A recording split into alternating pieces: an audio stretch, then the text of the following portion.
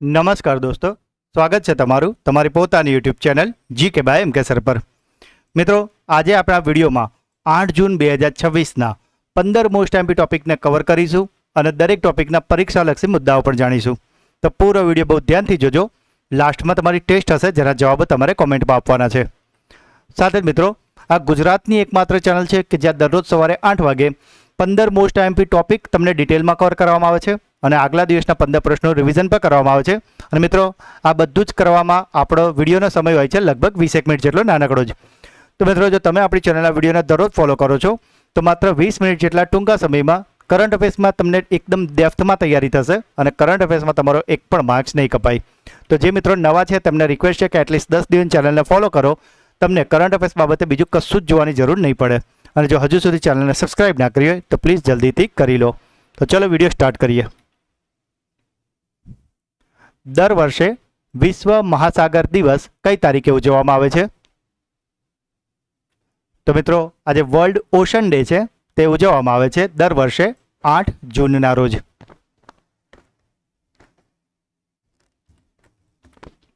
ભારતના 100મા Ramsar site તરીકે કોની પસંદગી કરવામાં આવી છે?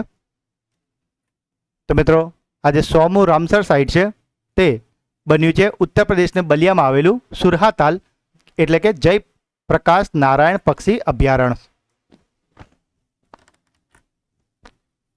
ઉત્તર પ્રદેશના બલિયા જિલ્લામાં આવેલું જયપ્રકાશ નારાયણ પક્ષી અભયારણ્ય કે જેને સુરહાતાલ પણ કહે છે, તેને સત્તાવાર રીતે ભારતની 100મી રામસર સાઇટ તરીકે જાહેર કરવામાં આવી છે. આ ઐતિહાસિક સિદ્ધિ 5 જૂન 2026ના રોજ વિશ્વ પર્યાવરણ દિવસના અવસરે પ્રાપ્ત થઈ છે. મિત્રો, સુરહાતાલ છે એ ગંગા નદીના જે પ્રવાહ હોય તેને બદલવાના કારણે બનેલું એક વિશાળ કુદરતી ગોખુર સરોવર છે. આ વેટલેન્ડ સેન્ટ્રલ એશિયન ફ્લાયવે હેઠળ આવે છે કે જે સાઇબિરિયા અને મધ્ય એશિયાથી આવતા હજારી પ્રવાસી પક્ષીઓનું પણ મુખ્ય આશ્રય સ્થાન છે. આ નવી પસંદગી સાથે ઉત્તર પ્રદેશમાં હવે કુલ 13 રામસર સાઇટ થઈ ગઈ છે અને ભારત સમગ્ર એશિયામાં સૌથી વધુ રામસર સાઇટ ધરાવતો દેશ બન્યો છે. તો મિત્રો, આજે રામસર સાઇટ છે જે હવે કુલ થઈ ગઈ છે 100.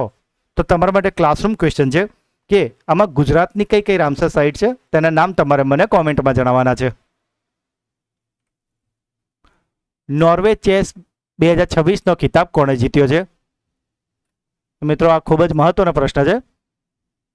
આ જે નોર્વે ચેસ 2026 છે તેને જીતી લીધું છે આર પ્રજ્ઞાનંદને. ભારતીય ગ્રેન્ડમાસ્ટર આર પ્રજ્ઞાનંદે ઓસ્લો ખાતે આયોજિત નોર્વે ચેસ 2026નો ખિતાબ જીતીને એક નવો ઇતિહાસ રચ્યો છે. તેઓ આ પ્રતિષ્ઠિત સુપર ટુર્નામેન્ટ જીતનારા પ્રથમ ભારતીય ચેસ ખેલાડી બન્યા છે, જે આપણા માટે ગૌરવની વાત છે. પ્રજ્ઞાનંદની વાત કરીએ તો તેમણે ટુર્નામેન્ટના છેલ્લા અને 10મા રાઉન્ડમાં જર્મનીના વિન્સેન્ટ કિમરને ક્લાસિકલ મેચમાં હરાવીને ટાઇટલ સુરક્ષિત કર્યું હતું. તેઓ કુલ 18 પોઈન્ટ સાથે પ્રથમ રહ્યા હતા અને અમેરિકાના વેસ્લી સો છે એ 17 પોઈન્ટ સાથે બીજા ક્રમે રહ્યા છે. આ ટુર્નામેન્ટમાં પ્રજ્ઞાનંદે શાનદાર પ્રદર્શન કરતા સતત 4 ક્લાસિકલ મેચ જીતી હતી કે જેમાં વર્લ્ડના જે નંબર 1 પ્લેયર છે મેગ્નસ કાર્લસન, તેમને પણ તેમણે હરાવેલા છે. મિત્રો, આ એટલા માટે પણ ઇમ્પોર્ટન્ટ છે કારણ કે આમણે જે સિદ્ધિ હાંસલ કરી છે તે વિશ્વનાથ આનંદ અને વર્તમાન જે આપણા ખેલાડી છે ડી ગુકેશ, તેમણે પણ હજુ સુધી આ મોમેન્ટ સુધી નથી પહોંચી શક્યા. વિઝાના નવા પ્રોગ્રામ ઇન્ફિનિટલી મોર ના બ્રાન્ડ એમ્બેસેડર કોને બનાવવામાં આવ્યા છે? તો મિત્રો, આજે ઇન્ફિનિટલી મોર છે તેના બ્રાન્ડ એમ્બેસેડર બની ગયા છે બોલિવૂડના કિંગ ખાન શાહરૂખ ખાન. મિત્રો, જો હજુ સુધી વિડીયોને લાઇક અને ચેનલને સબસ્ક્રાઇબ ના કરી હોય તો પ્લીઝ જલ્દીથી કરી લો. એઆઈ ડિઝાઇનવાળી મેજોરાના 2 ક્વોન્ટમ ચિપ કોણે લોન્ચ કરી છે? તો મિત્રો, આજે મેજોરાના 2 ક્વોન્ટમ ચિપ છે તેને લોન્ચ કરી છે માઇક્રોસોફ્ટે. મિત્રો, આ નામ પણ યાદ રાખજો, ઘણીવાર પ્રશ્ન ઉલટાવીને પૂછે કે માઇક્રોસોફ્ટે કઈ ક્વોન્ટમ ચિપ બહાર પાડી છે, તો એનું નામ છે મેજોરાના 2. વર્લ્ડ બેંકમાં ભારતના એક્ઝિક્યુટિવ ડિરેક્ટર તરીકે કોની નિમણૂક કરવામાં આવી છે? તો મિત્રો, આજે વર્લ્ડ બેંક છે તેના કાર્યકારી નિર્દેશક તરીકે નિમણૂક કરાઈ છે નીલકંઠ મિશ્રાની. ભારત અને કયા દેશે મહત્વપૂર્ણ ખનિજોની સપ્લાય ચેન ઓબ્ઝર્વેટરી એટલે કે વેધશાળા શરૂ કરી છે? તો મિત્રો, આજે ખનિજોની સપ્લાય ચેન માટે જે વેધશાળા છે તે ભારતે શરૂ કરી છે ઇંગ્લેન્ડ સાથે મળીને. તાજેતરમાં કયા ભારતીયને general Douglas MacArthur Military Leadership writing એવોર્ડથી સન્માનિત કરવામાં આવ્યા છે? તો મિત્રો આ ખૂબ જ પ્રતિષ્ઠિત એવોર્ડ છે, General Douglas MacArthur Military Leadership Writing Award, અને તે અપાયું છે એ છે મેજર પ્રભાત મિશ્રા. સાથે જ મિત્રો મે મહિનાનું મંથલી કરંટ અફેર્સ વિડીયો કે જેમાં આપણે મે મહિનાના મોસ્ટ આઈએમપી 200 પ્રશ્નો કરાવ્યા છે. તો જો મિત્રો તમે આ વિડીયો જોઈ લેશો તો મે મહિનાના મંથલી કરંટ અફેર્સ બાબતે તમારે બીજું કશું જ જોવાની જરૂર નહીં પડે. અને મિત્રો ઘણા મિત્રો પરીક્ષામાં કોમેન્ટમાં મને પૂછતા હોય છે કે સર આ બધા પ્રશ્નો આવશે? તો મિત્રો તમને જણાવી દઉં કે તમે કોઈ પણ મંથલી મેગઝીન લેશો કે કોઈ પણ પ્રખ્યાત જે મોટી જે ક્લાસીસોની યુટ્યુબ ચેનલો જોશો ને એમાં પણ આ જ ટોપિકને આ જ પ્રશ્નો હોય છે. ફરક કેટલો છે કે જે પ્રશ્ન આજે આપણે કરાવી દઈએ છીએ એ બધી ચેનલ પર 2 કે 3 દિવસ પછી અપડેટ થતો હોય છે. તો મિત્રો એવું નથી હોતું કે ફ્રીમાં મળે એટલે એ નકામું હોય. તમને એવું સારામાં સારી અપડેટેડ માહિતી, અને એ પણ બીજા ક્લાસીસવાળા આટલા જ 15 પ્રશ્નો કરવા માટે 1.5 કલાકના વિડીયો બનાવે છે, જેથી તમારો ટાઈમ પણ વેસ્ટ થાય. આપણે 20 મિનિટ જેટલા નાનકડા ટાઈમમાં જ તમને 15 મોસ્ટ ટાઈમ પ્રશ્નો પર કરાવીએ છીએ, અને મિત્રો દરરોજના આપણે રિવિઝન પર કરાવીએ છીએ. એટલે મિત્રો પ્રશ્નો પર ડાઉટ નહીં કરવાનો, કારણ કે તમે કોઈ પણ તમે છે ને આ ચેનલને જે મિત્રો રેગ્યુલર ફોલો કરે છે ને, તમને એવું એટલું કહું કે તમે કોઈ પણ કોમ્પિટિટિવ ક્વિઝ હોય ને કરંટ અફેર્સની છેલ્લા 6 મહિનાના કરંટ અફેર્સ સાથે તમે કોઈ પણ યુપીએસસી લેવલની પણ હોય ને એને તમે અટેમ્પ્ટ કરવાનો ટ્રાય કરજો. તમને પોતાને એવું થશે જો તમે ધ્યાનથી વિડીયો જોયા હશે ને કે આમાં 90% પ્રશ્નો તમે ઓપ્શન વગર જવાબ આપતા થઈ જશો. સાથે જ મિત્રો આવા દરેક મહિનાના વિડીયો આપણી ચેનલ પર અવેલેબલ છે. એપ્રિલના, માર્ચના, ફેબ્રુઆરી, જાન્યુઆરી, ડિસેમ્બર, નવેમ્બર બધા જ છે મિત્રો. અને આ બધા જ વિડીયોની લિંક મેં તમને આ જ વિડીયોના ડિસ્ક્રિપ્શનમાં પણ આપી દીધી છે. તો મિત્રો આ બધા ક્વોલિટી વિડીયો છે, તો આને બિલકુલ પણ મિસ ન કરતા અને જરૂરથી જોઈ લેજો. યુકેની યુનિવર્સિટી ઓફ લિવરપૂલને ભારતમાં ક્યાં પોતાનું કેમ્પસ ખોલવાની મંજૂરી મળી છે? તો મિત્રો આ જે યુનિવર્સિટી ઓફ લિવરપૂલ છે, જે યુકેની ખૂબ જ પ્રતિષ્ઠિત જે કહેવાય એવી એક પોતાની એક એજ્યુકેશન શાખા છે, અને તેણે કેમ્પસ ખોલવાની મંજૂરી મળી છે બેંગલુરુમાં. મહિલાઓની 57 કિલોગ્રામ કેટેગરીમાં વર્લ્ડ નંબર 1 બોક્સર કોણ બન્યું છે? તો મિત્રો આજે વર્લ્ડ નંબર 1 બોક્સર 57 કિલોગ્રામ કેટેગરીમાં બન્યું છે એ છે જેસ્મિન લંબોરિયા. કયા દેશની પુરુષ હોકી ટીમે અંડર 18 એશિયા કપને જીતી લીધો છે?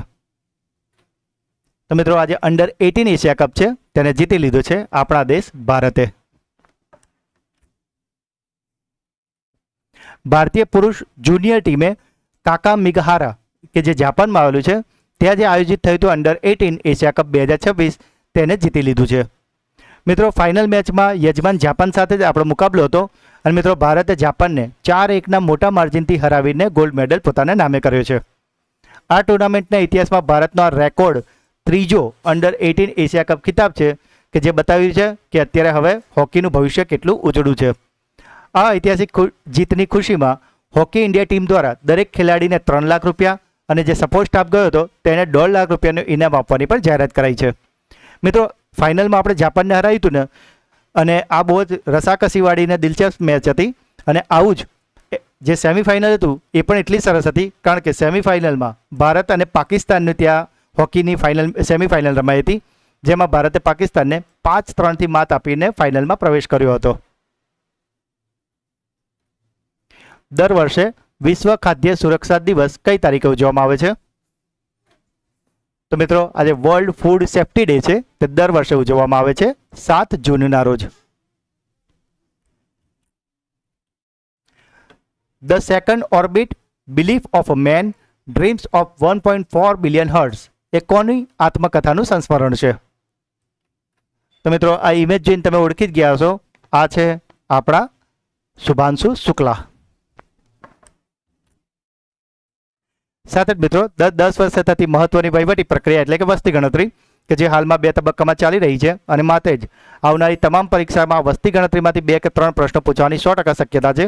અને માટે જ આ વસ્તી ગણતરીના મોસ્ટ ટાઈમ 50 પ્રશ્નો વિડીયો આપણી ચેનલ પર અવેલેબલ છે. તો મિત્રો આને બિલકુલ પણ મિસ ના કરતા. 20 મિનિટનો નાનકડો વિડીયો તમે જોઈ લેશો એટલે વસ્તી ગણતરીનું તમારો એક પણ માર્ક્સ તો નહીં જ કપાય, અને એ સિવાય પણ વસ્તી ગણતરી વિશે તમને ઘણું બધું નવું જાણવા પણ આ વિડીયોમાં તમને મળવાનું છે. આ વિડીયોની લિંક પણ મેં તમને આ જ વિડીયોના ડિસ્ક્રિપ્શનમાં પણ આપેલી છે. સાથે જ મિત્રો જે મિત્રો કેળવણી નિરીક્ષકની મુખ્ય પરીક્ષા આપવાના છે તેમને જણાવી દઉં કે તેમના કોલ લેટર અત્યારે નીકળવાના ચાલુ થઈ ગયા છે રાજ્ય પરીક્ષા બોર્ડની ઓફિશિયલ સાઇટ પર. તો જો હજુ સુધી તમે તમારો કોલ લેટર ન નીકળ્યો હોય તો એને અવશ્યથી ડાઉનલોડ કરી લેજો. અને જે મુખ્ય પરીક્ષાના જે ટોપિક છે તેમાંથી પણ મોટાભાગના ટોપિક આપણા જે કહેવાય ચેનલ પર તેના વિડીયો આવી ગયા છે મિત્રો. જેમાં આપણે બોમ્બે રૂલ્સ 1949 છે, આરટીઆઈ રૂલ્સ 2012 છે, ગુજરાત પંચાયત શિસ્ત અને સેવાના નિયમો 97 છે, ગુજરાત પંચાયત ધારો છે 1993નો, ગુજરાત પગારના નિયમો છે 2002.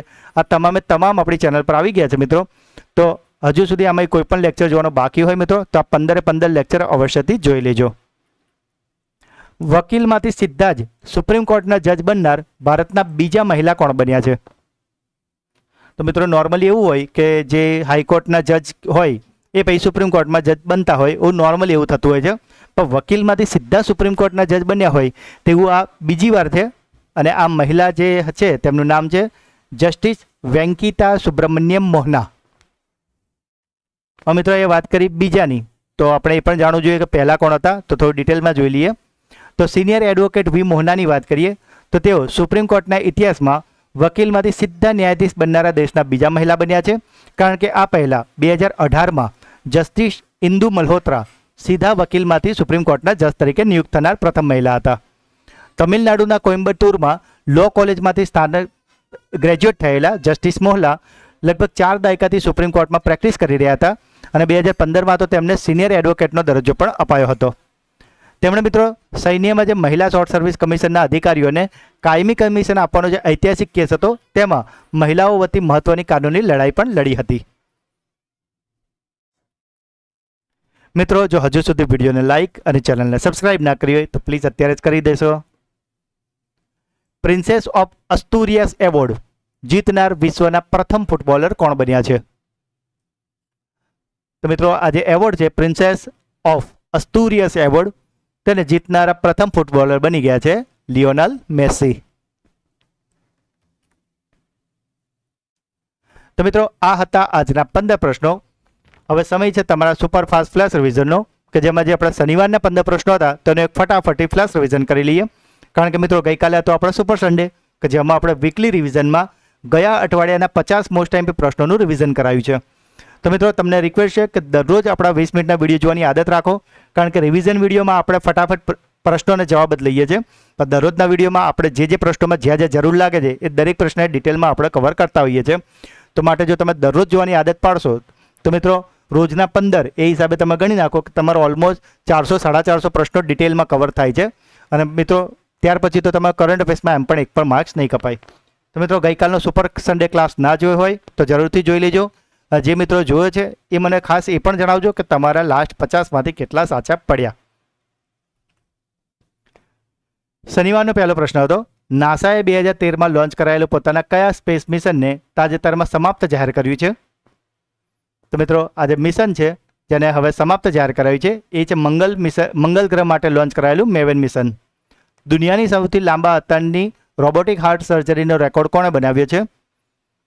તો મિત્રો આજે સૌથી લાંબા અંતરની રોબોટિક હાર્ટ સર્જરી છે તે કરી છે ડૉક્ટર સુધીર શ્રીવાસ્તવે. મહિલા વન ડે ક્રિકેટમાં 5000 રન પૂરા કરનારી બીજી ભારતીય ક્રિકેટર કોણ બની છે? તો મિત્રો આ બીજા ભારતીય મહિલા ક્રિકેટર બન્યા છે સ્મૃતિ મંધાના. તો મિત્રો અહીંયાથી તમારા માટે બીજો ક્લાસરૂમ ક્વેશ્ચન છે કે મિત્રો એ વાત કરી કે બીજા ભારતીય મહિલા ક્રિકેટર કે જેમણે 5000 રન કર્યા છે. તો શનિવારના વિડીયોમાં આપણે તમને ડિટેલમાં સમજાવ્યું હતું કે પ્રથમ કોણ હતા. તો એ તમારો બીજો ક્લાસરૂમ ક્વેશ્ચન છે. તમારે મને આજે મહિલા વન ડે ક્રિકેટમાં 5000 રન પૂરા કરનાર પ્રથમ ભારતીય મહિલા ક્રિકેટરનું નામ કોમેન્ટમાં જણાવવાનું છે. પુડુચેરીના નવા મુખ્ય ચૂંટણી અધિકારી તરીકે કોણે ચાર્જ સંભાળ્યો છે? તો મિત્રો પુડુચેરીના નવા ચૂંટણી અધિકારી બની ગયા છે રવિ પ્રકાશ. માઇક્રોસોફ્ટે એપલની સિરીની જેમ પોતાનું કયું નવું એઆઈ આસિસ્ટન્ટ લોન્ચ કર્યું છે? તો મિત્રો જે એપલમાં જે ડિવાઇસમાં હોય છે ને હે સિરી એમ કહીને આપણે કમાન્ડ આપતા હોય છે ને એ રીતે માઇક્રોસોફ્ટે બનાવ્યું છે પોતાનું સ્કાઉટ.